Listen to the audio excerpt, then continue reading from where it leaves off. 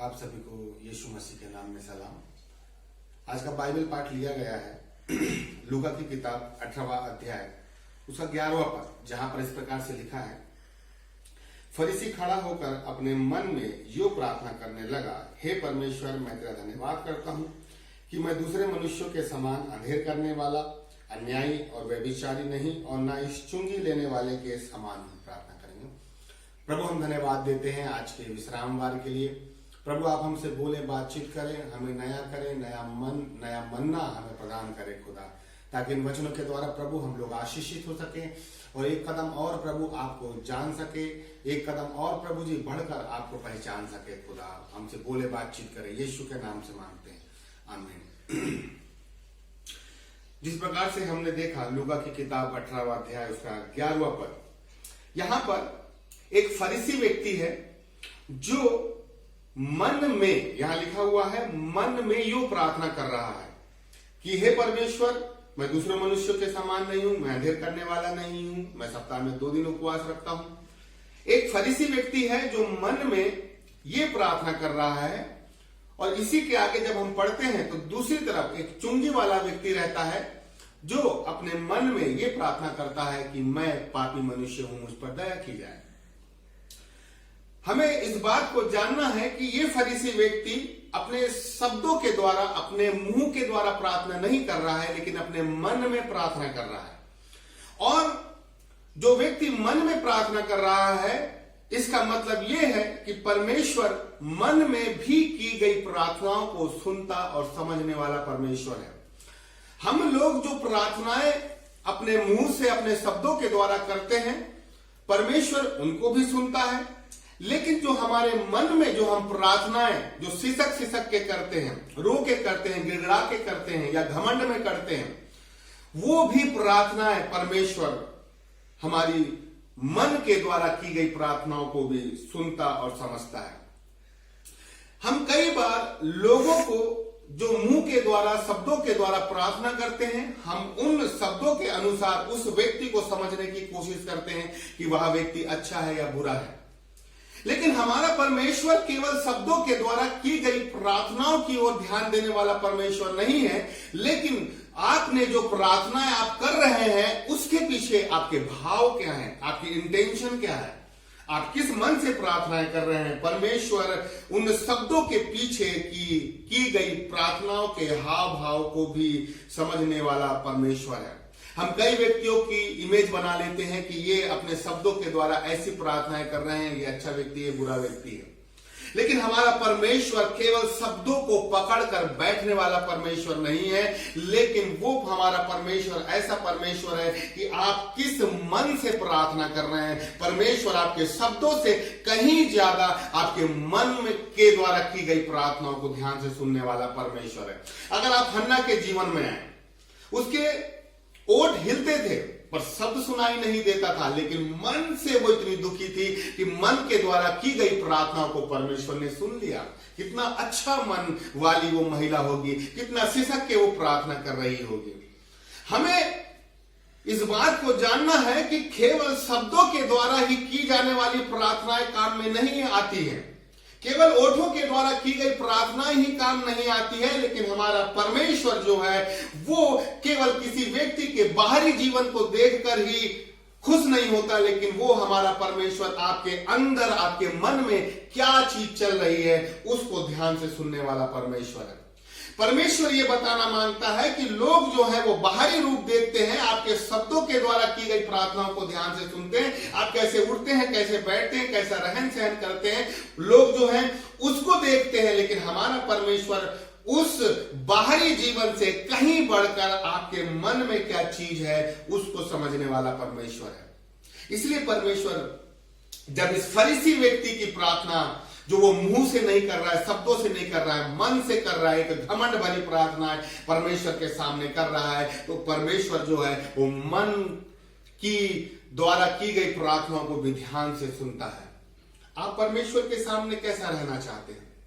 आप परमेश्वर के सामने एक बाहरी जीवन में दिखाना चाहते हैं, या परमेश्वर के सामने आप अंदर से कैसे हैं वो दिखाना चाहते हैं? यदि आप पहला शमूएल 16वां अध्याय उसका 7वां पद पढ़ते हैं तो यहां पर एक पद है जहां पर इस प्रकार लिखा हुआ है, परंतु यहोवा ने शमूएल से कहा, ना तो उसके रूप पर दृष्टि कर, ना उसके कद की ऊंचाई पर, क्योंकि मैंने उसे अयोग्य जाना है। क्योंकि यहोवा का देखना मनुष्य का सा नहीं है, मनुष्य तो बाहर का रूप देखता है, परंतु यहोवा की दृष्टि मन पर रहती है। परमेश्वर ने शमूएल को बोला कि तू यिशै के घर जा और मैं तुझे बताऊंगा कि वहां पर तुझे किसका अभिषेक करना है। और जब शमूएल जो है यिशै के घर जाता है और जब उसका बड़ा लड़का जिसका नाम एलियाब रहता है, जब वो एलियाब शमूएल के सामने आता है तो शमूएल मन में ये सोचता है, उसके कद को, उसकी हाइट को, उसकी हेल्थ को देखकर, उसकी सुंदरता को देखकर शमूएल ये सोचता है कि यही वो व्यक्ति होगा जिसको परमेश्वर ने चुना है। शमूएल मन में उस व्यक्ति के बाहरी जीवन को देखकर, बाहरी रूप को देखकर यह सोच रहा है कि निश्चय परमेश्वर ने इस व्यक्ति को, एलियाब को चुन लिया होगा। लेकिन परमेश्वर शमूएल को क्या जवाब देता है उसे समझने की जरूरत है। यहां लिखा है, क्योंकि यहोवा का देखना मनुष्य का सा नहीं है। मतलब मनुष्य अलग दृष्टि से देखता है और परमेश्वर अलग दृष्टि से देखता है। दूसरी चीज, परंतु यहोवा की दृष्टि मन पर रहती है। और यहां पर लिखा हुआ है, क्योंकि मैंने उसे अयोग्य जाना। परमेश्वर जो शमूएल को बताना मांग रहा है कि मैंने एलियाब को अयोग्य जाना। पहली चीज परमेश्वर शमूएल को यह बता रहा है कि इस व्यक्ति को मैंने अयोग्य जाना। दूसरी चीज यह है कि यहोवा का देखना मनुष्य सा नहीं है। तीसरी चीज, मनुष्य तो बाहर का रूप देखता है, परंतु यहोवा की दृष्टि मन पर लगी रहती है। इसका मतलब यह है कि परमेश्वर यह कहता है कि मुझे मेरे मन के अनुसार एक ऐसा व्यक्ति मिल गया है, तू यिशै के घर जा, मैं तुझे बताऊंगा कि वो कौन व्यक्ति है जिसका तुझे अभिषेक करना है। और शमूएल जो है वो यिशै के घर चले जाता है, लेकिन जब वो एलियाब पे दृष्टि करता है तो एलियाब पे दृष्टि करने पर वो उसके बाहरी रूप को देखकर ये सोचता है कि निश्चय यह व्यक्ति होगा जिसको परमेश्वर ने चुना है। लेकिन परमेश्वर एलियाब के माध्यम से शमूएल को यह बताना मांगता है, परमेश्वर जो है शमूएल को यह बता रहा है कि एलियाब को मैंने अयोग्य जाना। इसका मतलब क्या है? इसका मतलब यह है कि परमेश्वर जो है सीधे दाऊद के पास नहीं चला गया। इसका मतलब यह है कि परमेश्वर ने सीधे दाऊद को नहीं चुन लिया, लेकिन इसका मतलब यह है कि परमेश्वर जो है दाऊद के सबसे बड़े भाई एलियाब के पास सबसे पहले गया और उसको चेक किया, उसको परखा, उसका मन कैसा है, उसकी बुलाहट कैसी है, वो सारी चीज एलियाब पर उसने उसको चेक किया। लेकिन एलियाब जो है परमेश्वर की नजर में अयोग्य गिना गया। मतलब परमेश्वर एलियाब के पास गया उसकी योग्यता चेक करने, लेकिन परमेश्वर ने उसको जब चेक किया तो वो वैसे मन वाला व्यक्ति नहीं था जैसा परमेश्वर ढूंढ रहा था। और इसी क्रम में जब उसका एलियाब का दूसरा भाई सम्मा आता है, फिर शमूएल सोचता है कि निश्चय ये होगा। ऐसे ही करके जब सातों भाई दाऊद के आते हैं और परमेश्वर का आत्मा शमूएल को मना कर देता है कि मैंने इसको नहीं चुना। मेरे प्रियो, अब समझने की बात यह है कि परमेश्वर एलियाब के पास सबसे पहले गया और उसे चेक किया, उसको परखा कि वो किस मन का है, लेकिन एलियाब जो है परमेश्वर की दृष्टि में अयोग्य ठहराया गया। क्यों? क्योंकि परमेश्वर ये कहता है मुझे मेरे मन के अनुसार एक व्यक्ति मिल गया है, तो वो दाऊद के लिए कह रहा था, लेकिन वो दाऊद के सारे भाइयों के ऊपर अपने मन के अनुसार वो सबको चेक किया परमेश्वर ने कि क्या मेरे मन के अनुसार चलने वाला कोई व्यक्ति दाऊद के अलावा भी है। लेकिन प्रियो, परमेश्वर ढूंढता है कि उसके मन के अनुसार कोई व्यक्ति है, उसके मन के अनुसार सोचने वाला, समझने वाला कोई व्यक्ति है। मेरे प्रियो, परमेश्वर हमारी योग्यता चेक करता है हमारे मन को परख कर। परमेश्वर हमारे किसी क्वालिफिकेशन को नहीं देखता, लेकिन वो हमारे मन को चेक करता है। और परमेश्वर ने दाऊद के सारे भाइयों को चेक किया कि क्या कोई है जो मेरे अनुसार सोचता है, क्या कोई है जो मेरे मन के अनुसार काम करता है। लेकिन सब लोग परमेश्वर के मन के अनुसार नहीं बन पाए। परमेश्वर इस बात को बताना मांगता है कि इसका मतलब यह है कि परमेश्वर हर एक व्यक्ति को चेक करता है, हर एक व्यक्ति को परखता है, हर एक व्यक्ति के मन को टटोलने की कोशिश करता है कि क्या कोई व्यक्ति ऐसा है जो मैं जैसा सोचता हूं, जैसा मैं दूसरे लोगों के लिए काम करता हूं, क्या जैसा मेरे मन में लोगों के लिए दया और प्रेम है, क्या कोई ऐसा व्यक्ति है जिसके मन में वैसा ही है जैसा मेरे मन में लोगों के लिए है। परमेश्वर हर एक व्यक्ति के पास, इस दुनिया में हर एक व्यक्ति के पास आता है और वो उनके शब्दों के द्वारा की गई प्रार्थनाओं को ध्यान से नहीं, लेकिन उनके मन में जो लोगों के लिए जो छुपी हुई बातें हैं उसको चेक करता है। आप परमेश्वर के साथ कैसा संबंध बनाना चाहते हैं? केवल ऊपरी संबंध बनाना चाहते हैं, केवल शब्दों के द्वारा की गई प्रार्थनाएं, या फिर आप मन से खुदा की ओर समर्पित होना चाहते हैं कि हां प्रभु जी, मैं अपने मन को बदलना चाहता हूं। लेकिन जब हम इस लूका की किताब 18वें अध्याय 11वें पद में हम पढ़ते हैं तो यहां पर जो फरीसी व्यक्ति है वो मन में यह प्रार्थना करता है कि प्रभु, मैं दूसरे मनुष्यों के समान अंधेर करने वाला, अन्यायी, व्यभिचारी नहीं हूं और ना इस चुंगी लेने वाले के समान हूं। यह व्यक्ति, ये जो फरीसी है, ये अपने मन में परमेश्वर के सामने अपनी बढ़ाई कर रहा है, अपनी धार्मिकता दिखाने की कोशिश कर रहा है, परमेश्वर को यह बताने की कोशिश कर रहा है कि प्रभु देख मैं कितना अच्छा हूं, मैं कैसे कैसे भले काम करता हूं। आप देख लीजिए कि कितने ऐसे लोग हैं जब वो पाप करते हैं तो वो परमेश्वर की नजर से और लोगों की नजर से अपने आप को छुपाने की कोशिश करते हैं। लेकिन यही लोग जब अच्छे काम करते हैं तो वो ये सोचते हैं कि हम लोगों की नजर में आए। आज बहुत से लोग हैं जब वो पाप करते हैं तो अपने आप को छुपाने की कोशिश करते हैं, लेकिन जब भला काम करते हैं तो वो लोगों और परमेश्वर की नजर में अपने आप को दिखाने की कोशिश करते हैं। लेकिन हमें इस बात को समझना है कि जब हम पाप करते हैं तो हम ये सोचते हैं कि प्रभु हम तेरी नजर से छुप जाएं, लेकिन जब हम अच्छा काम करते हैं या जब हम प्रार्थना करते हैं या जब हम कलीसिया में प्रार्थना करते हैं तो हम ये सोचते हैं कि प्रभु तेरी नजर हम पर पड़ जाए।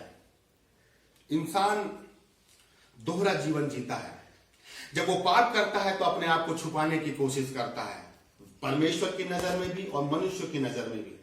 लेकिन जब वही व्यक्ति जब थोड़ा सा अच्छा काम करता है या जब उसे जरूरत होती है कि उसकी प्रार्थना प्रभु तक पहुंचाई जाए तो वही व्यक्ति ये उम्मीद करके बैठता है कि परमेश्वर की नजर मुझ पर पड़ जाए। हमें समझना है, बहुत से लोग हैं जो आज भी कई व्यक्तियों की नजर में अपनी इमेज सुधारने की कोशिश करते हैं। आज बहुत से लोग हैं जो कलीसिया में, ऑफिस में, हर जगह ये सोचते हैं कि मैं इसकी नजर में ठीक हो जाऊं। बहुत से लोग हैं जो ये चाहते हैं कि मैं किसी मनुष्य की नजर में अच्छा हो जाऊं।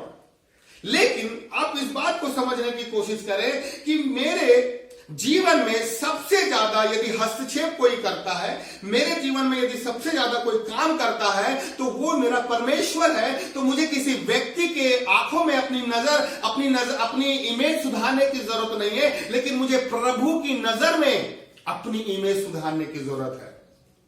क्या हम प्रभु की नजर से भी कभी हम ये सोचने की कोशिश करते हैं कि प्रभु की नजर में मेरी क्या इमेज है? क्या आपने कभी ये सोचने की कोशिश किया है? हम ये बहुत कोशिश करते हैं कि कलीसिया का ये व्यक्ति मेरे लिए अच्छा सोच रखता है, ये व्यक्ति मेरे लिए बुरा सोच रखता है, लेकिन कभी हमने ये सोचने की कोशिश किया है कि परमेश्वर की नजर में मेरी इमेज क्या है, परमेश्वर की नजर में मैं क्या सोचता हूं? क्या हम कभी इस नजरिए से हमने परमेश्वर को देखने की कोशिश करी है कि परमेश्वर मुझे क्या सोचता है, मेरे बारे में क्या सोचता है? अय्यूब की किताब में परमेश्वर शैतान को यह बोलता है कि क्या तूने मेरे दास अय्यूब को देखा, जो परमेश्वर का भय मानने वाला है, बुराई से दूर रखने वाला है, जो भला है, सीधा है। अय्यूब की तारीफ कोई व्यक्ति नहीं कर रहा है, अय्यूब की तारीफ कोई कलीसिया के लोग नहीं कर रहे हैं, कोई विश्वासी लोग नहीं कर रहे हैं, लेकिन अय्यूब की तारीफ परमेश्वर कर रहा है मेरे प्रियो, वो भी शैतान के सामने। क्या हम इस नजरिए से भी देखने की कोशिश करते हैं कि परमेश्वर मेरी नजर में, अपनी नजर में मेरी क्या इमेज लेके चल रहा है? और दूसरी तरफ वह व्यक्ति था शाऊल, पुराने नियम का शाऊल, जिसके लिए बाइबल कहती है कि परमेश्वर शाऊल को राजा बनाने से पछताता रहा। हम दो व्यक्ति को देखते हैं कि एक है अय्यूब जिसकी तारीफ परमेश्वर करा, और दूसरी तरफ है शाऊल जिसको राजा बनाकर परमेश्वर पछताता रहा। अब आप अपने आप को आंकने की कोशिश करें कि परमेश्वर मुझे अय्यूब के समान मेरी तारीफ करता है या वो फिर मुझे शाऊल के समान आशीष देकर पछता रहा है। मुझे इस बात को समझना है कि परमेश्वर की नजर में मेरी क्या इमेज है, परमेश्वर मेरे लिए क्या सोचता है। क्योंकि यदि मैं परमेश्वर की नजर में सही हूं मेरे प्रियो, तो मैं आपको बता दूं, यदि आप परमेश्वर की नजर में सही हैं, तो यदि आप करीब के नाले के किनारे भी बैठे रहेंगे तो परमेश्वर कौवे को आदेश देगा और कौवे के द्वारा आपको वो चिकन और मटन खिलाएगा। यदि आप परमेश्वर की नजर में सही हैं, तो मैं आपको बता दूं कि आपके खत्ते कभी खाली नहीं होंगे। यदि आप परमेश्वर की नजर में सही हैं, तो आप सिंहों की मान में भी जाएंगे तो परमेश्वर आपको वहां से छुड़ा लेगा। लेकिन क्या आप परमेश्वर की नजर में सही हैं? मैं एक छोटी सी गवाही आपको देता हूं। पिछले साल लॉकडाउन में मेरे पास केवल 3 से 4 हजार रुपए थे। मार्च अप्रैल मई की बात मैं आपको बता रहा हूं, और मुझे सैलरी नहीं मिली थी। लेकिन मेरे दिमाग में यह था कि 3000 बचे हैं, 1 महीने का राशन है, जब तक चलता है प्रभु के अनुग्रह से प्रार्थना के माध्यम से हम चलाएंगे। लेकिन प्रभु जो है हमसे ज्यादा हमारे लिए सोचने वाला परमेश्वर है। एक बहन के द्वारा उसी लॉकडाउन के दौरान 85,000 रुपए की मदद मुझ पर की गई। उस बहन ने मुझे 85,000 रुपए की मदद करी, मैं उसके लिए प्रार्थना करता था।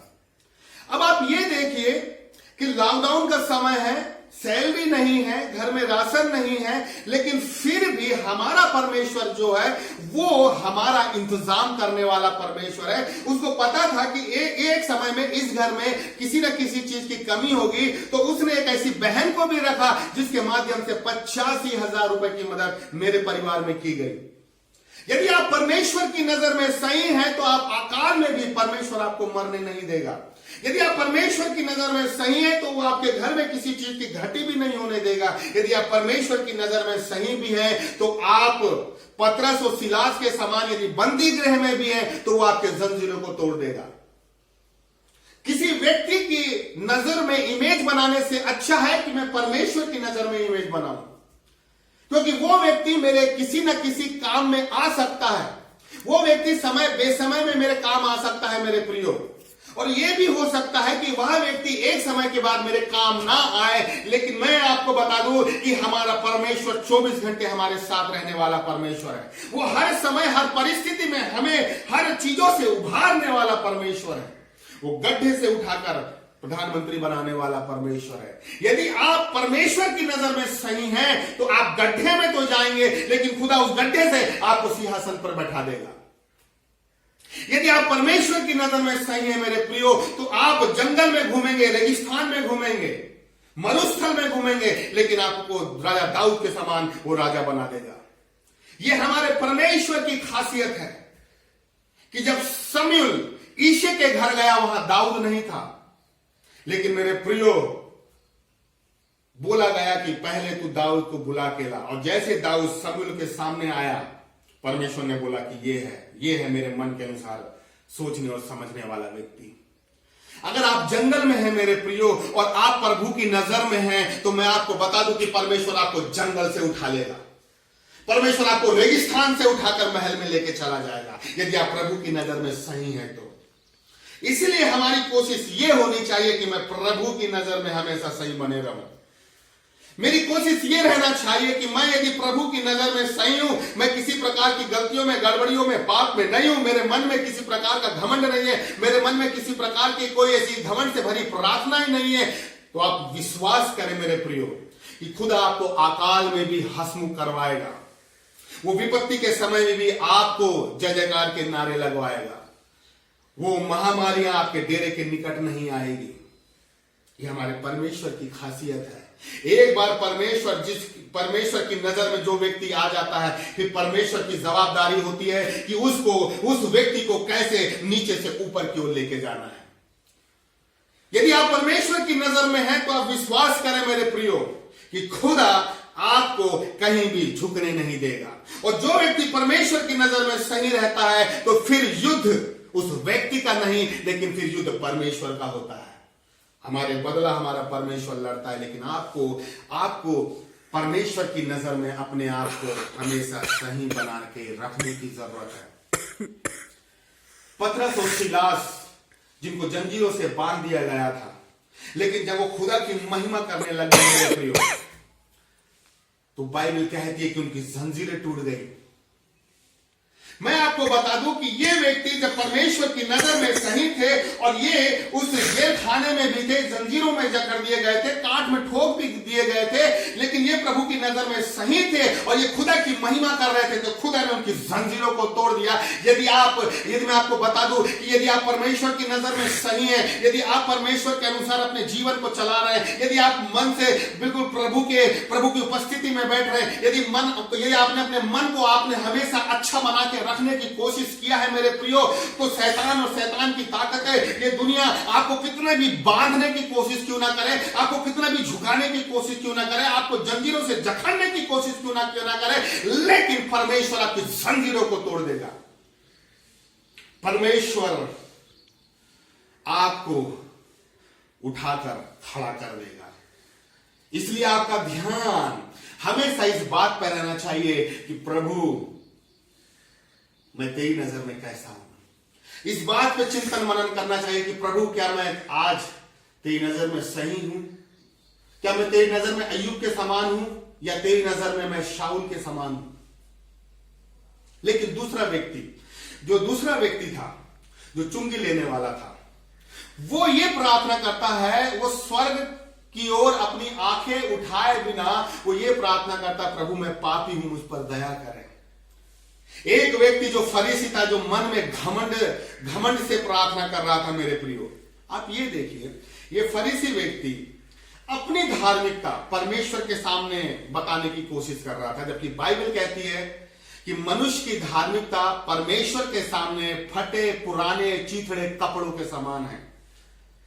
तो हम परमेश्वर के सामने हमारी धार्मिकता कुछ नहीं है, और ये व्यक्ति परमेश्वर के सामने अपनी धार्मिकता बताने की कोशिश कर रहा है कि मैं कितने भले और बड़े बड़े काम करता हूं। लेकिन दूसरी तरफ वह व्यक्ति है मेरे प्रियो जो स्वर्ग की ओर आंख उठाए बिना ये बोलता है कि प्रभु मैं पापी हूं। अगर आप ये देखिए कि जो शास्त्री फरीसी थे वो भी गलत काम करते थे, लेकिन कभी उन्होंने पाप का अंगीकार नहीं किया। यीशु मसीह के 12 चेलों में आप देख लीजिएगा कि किसी ने अपने मुंह से पाप का अंगीकार नहीं किया, लेकिन केवल पतरस ये बोलता है, जब यीशु मसीह के द्वारा बहुत सी मछली पकड़ी जाती है तो ये पतरस ये बोलता है कि प्रभु तू मेरे पास से दूर हो जा, मैं पापी मनुष्य हूं। केवल पतरस ही था जो यीशु मसीह के सामने अपने पाप को अंगीकार करता है कि प्रभु मैं पापी हूं, मेरे पास से दूर हो जा। लेकिन मेरे प्रियो, ये परमेश्वर की खासियत है कि जो अपने आप को धर्मी बनाता है परमेश्वर के सामने, जो परमेश्वर के सामने अपने आप को धर्मी दिखाने की कोशिश करता है, परमेश्वर उससे दूर हो जाता है। लेकिन जो व्यक्ति अपने आप को पाप में दिखाता है, जो व्यक्ति अपने आप को पापियों की श्रेणी में लाता है, परमेश्वर उस पापी के व्यक्ति के करीब आ जाता है। ये परमेश्वर की खासियत है। और मेरे प्रियो, परमेश्वर जब पतरस ने अपने पाप का अंगीकार किया तो प्रभु यीशु मसीह उसके पास आ गया। और ये हमारे परमेश्वर की खासियत है कि जब कोई व्यक्ति परमेश्वर के सामने अपने पाप को मान लेता है तो परमेश्वर उसे छोड़ता नहीं है, लेकिन परमेश्वर उसको और ऊंचा उठाता है। पूरे 12 चेले में केवल पतरस ही था जिसने यीशु के सामने अपने पाप को अंगीकार किया कि मैं पापी मनुष्य हूं। लेकिन हमारे खुदा यीशु मसीह ने इसी पतरस को, मेरे प्रियो, जिसने अपने पाप को अंगीकार कर लिया, इसी पतरस को बहुत सी मनुष्यों के मछुए बना दिया।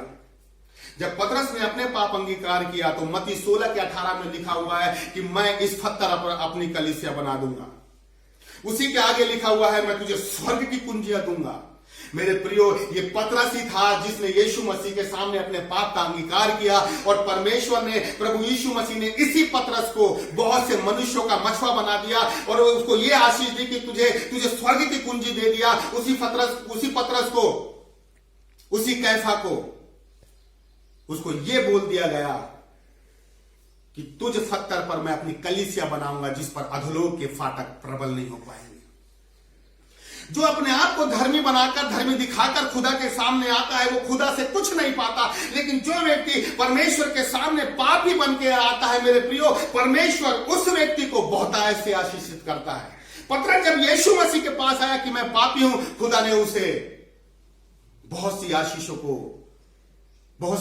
को दे दिया, उसे स्वर्ग की कुंजी दे दिया। मेरे प्रियो, हमें समझना है कि परमेश्वर के सामने जो खुद धार्मिकता के सिंहासन पर विराजमान है, जो इतना पवित्र है, उसके सामने जब हम आ रहे हैं तो हमें कैसी प्रार्थना करनी चाहिए।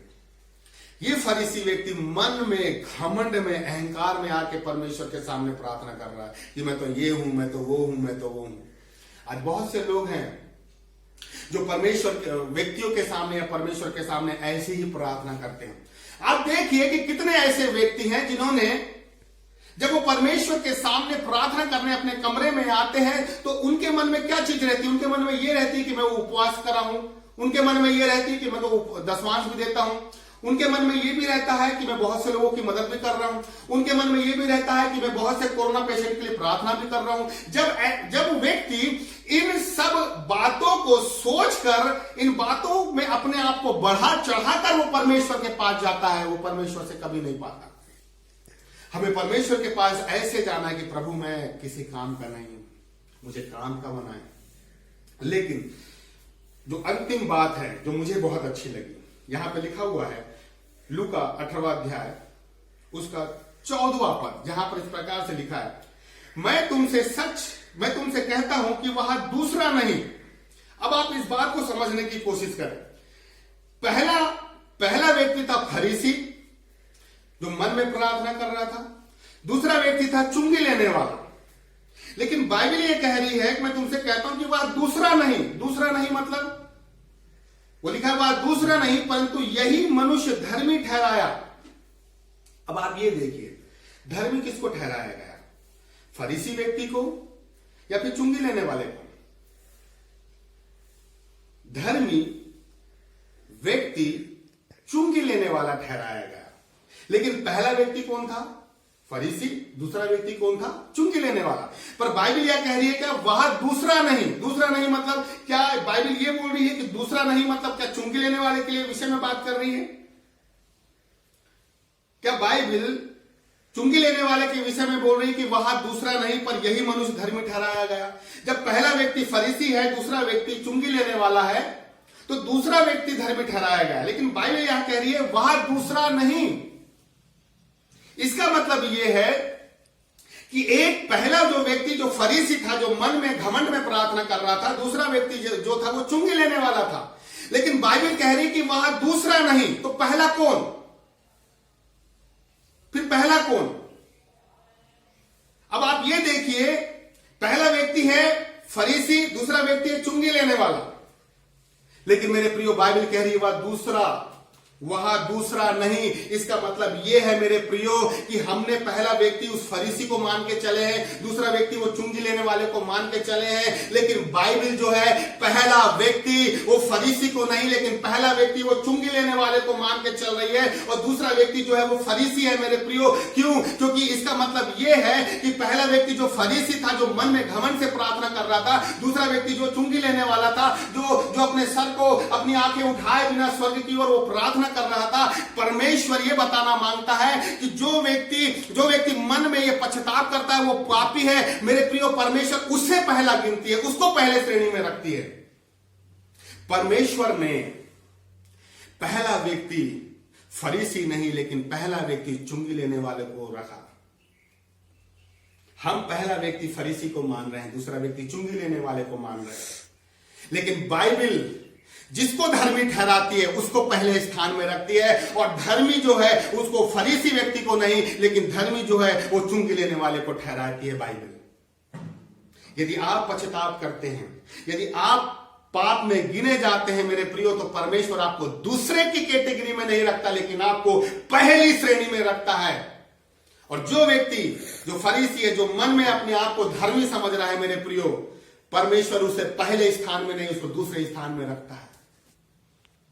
यदि आपके मन में, यदि आप भी इसी घमंड और अहंकार में अपने जीवन को गुजारने की कोशिश कर रहे हैं, तो आपको मैं बता दूं, यदि आप परमेश्वर के पास प्रार्थना करने जाते हैं और अपनी बहुत सी काबिलियत को लेके, बहुत धार्मिकता को लेके यदि आप परमेश्वर के पास जाते हैं, तो आपको ये समझने की जरूरत है कि परमेश्वर के पास जाने वाले के लिए धार्मिकता की जरूरत नहीं होती, लेकिन परमेश्वर के पास जाने के लिए एक टूटे मन की जरूरत होती है। परमेश्वर ये चाहता है कि मेरे पास जो आता है वो अपने पापों को स्वीकार करे, और जो व्यक्ति पापों को स्वीकार करता है मेरे प्रियो, परमेश्वर उसे पहला स्थान देता है, उसको पहला मौका देता है। इसीलिए आप इस बात को देखने की कोशिश करें कि आपके मन में परमेश्वर के प्रति क्या चल रहा है। दूसरी चीज कि परमेश्वर की नजर में आपकी क्या इमेज है, परमेश्वर की नजर में आप कैसे व्यक्ति हैं। यदि आप परमेश्वर की नजर में सही हैं, तो मैं आपको बता दूं कि सारी बातें मिलकर आपके लिए भलाई को उत्पन्न करेंगी।